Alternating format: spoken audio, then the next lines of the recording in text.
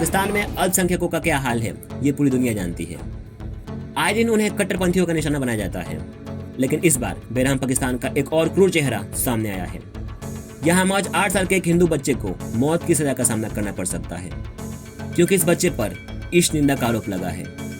आपको याद होगा कुछ दिन पहले पाकिस्तान में गणेश मंदिर पर हमला हुआ था और काफी तोड़फोड़ की गई थी। इस वीडियो में हम बताएंगे कि पाकिस्तान में इश्क निंदा कानून क्या होता है। नमस्कार, मैं हूं मनीष शर्मा और आप देखना शुरू कर दिए हैं यंगिस्तान टॉक। आरोप लगा कि एक बच्चे ने मदरसे की लाइब्रेरी में पेशाब कर दिया है, जिसके बाद उस बच्चे को तुरंत अरेस्ट कर लिया गया।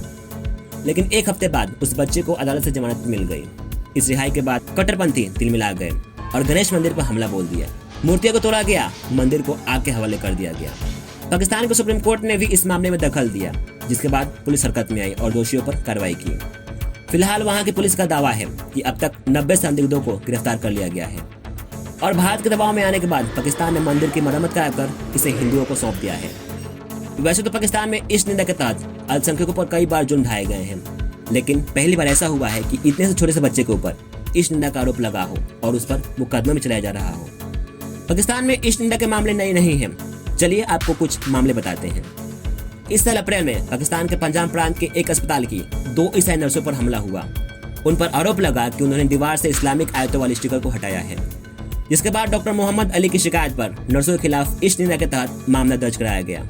इसके अलावा मई 2019 में सिंध प्रांत के एक हिंदू डॉक्टर रमेश कुमार पर यह आरोप लगा था कि वे कुरान वाले कागज में दवाइयां लपेट कर दे रहे हैं, जिसके बाद फौरन पुलिस ने उन्हें अरेस्ट कर लिया। उन्मादी भीड़ ने डॉक्टर के क्लिनिक में आग लगा दी।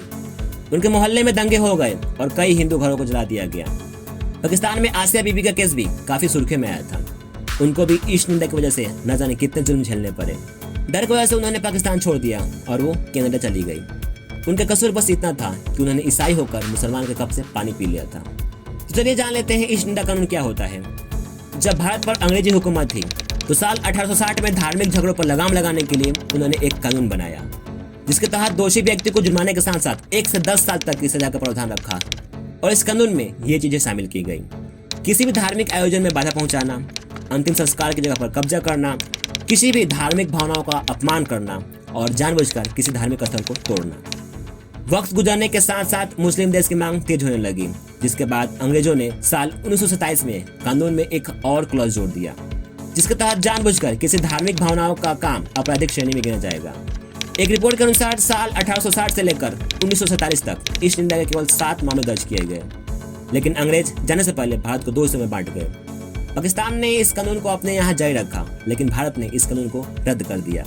साल 1980 से 1986 के बीच पाकिस्तान ने 5 नए प्रावधानों को जोड़कर इस कानून को और सख्त बना दिया, जिसके तहत उनके धार्मिक किताब का अपमान या किसी धार्मिक नेताओं के खिलाफ गलत बयानबाजी करने पर कठोर सजा की व्यवस्था की गई है। कई मामलों में तो सीधे मौत की सजा तक तय की गई। जानकार बताते हैं कि इस निंदा के आरोप ज्यादातर फर्जी होते हैं, लेकिन अदालत से छूट जाना आपकी सुरक्षा गारंटी नहीं होता, क्योंकि सन की भीड़ से बचना बेहद मुश्किल होता है।